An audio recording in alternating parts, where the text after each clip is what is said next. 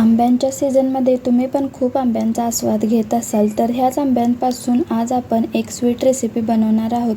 फक्त 3 गोष्टींचा वापर करून आज आपण मऊसूत आंबा बर्फी कशी बनवायची हे बघणार आहोत। इतकी सोपी आणि कमी वेळात तयार होणारी बाजारपेक्षा भारी आंबा बर्फी घरच्या घरी कशी बनवायची तर चला बघूया।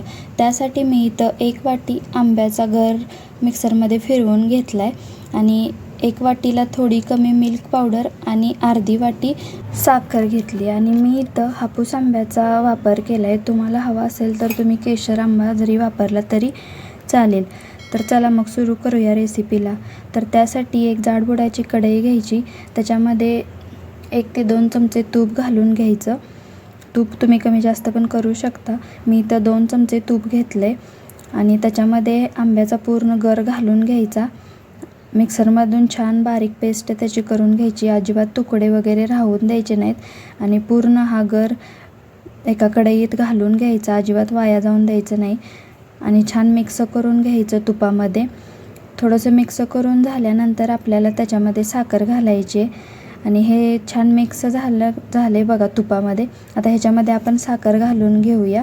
तर मी इथं अर्धी वाटी साखर घेतली। तुम्हाला जर जास्त गोड आवडत असेल किंवा आंबा जास्त तुमचा गोड नसेल, आंबट वगैरे थोडासा असेल तर तुम्ही साखर कमी जास्त करू शकता। अर्धी वाटी साखर वापरली। आता साखर थोडीशी विरघळली, म्हणजे साखर विरघळेपर्यंत आपल्याला हा गर छान शिजवून घ्यायचा आहे आणि साखर पूर्ण विरघळली की त्याच्यामध्ये आपल्याला मिल्क पावडर घालून घ्यायची। आता साखर पूर्ण विरघळली आणि थोडंसं पातळ झालं आहे आपलं आंब्याचं मिश्रण। आता त्याच्यामध्ये मिल्क पावडर घालून घ्यायची। मिल्क पावडर घातले की गाठी होतात, त्यामुळे पटकन हलवून घ्यायचं, एकसारखं हलवत राहायचं, कारण आंब्याचा आपलं मिश्रण जास्त गरम असल्यामुळे त्याच्यामध्ये गाठी तयार होतात। ह्या गाठी आपल्याला पूर्ण फोडून घ्यायच्या आहेत आणि छान असं एकदम पातळ असं मिश्रण व्यवस्थित तयार करून घ्यायचं। गाठी व्यवस्थित सगळ्या फोडून घ्यायच्या।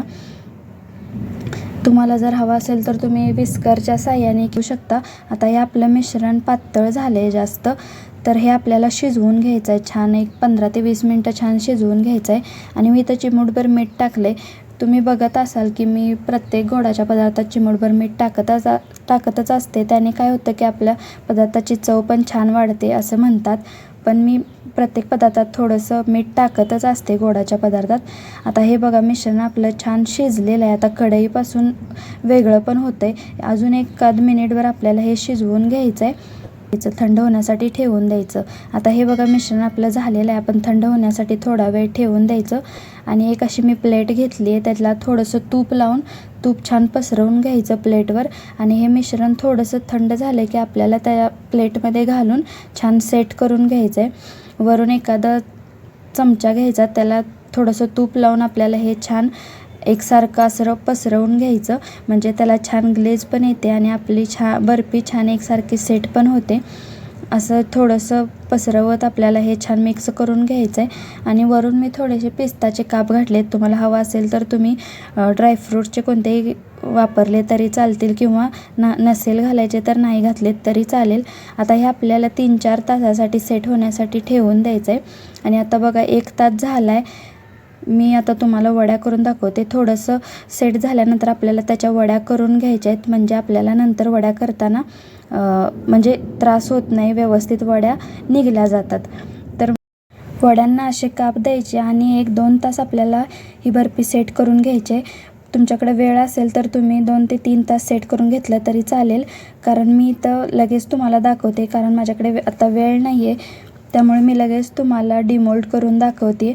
तर आपल्या वड्या छान निघलेत बघा आणि प्लेटला सुद्धा अजिबात चिकटलेल्या नाही आहेत।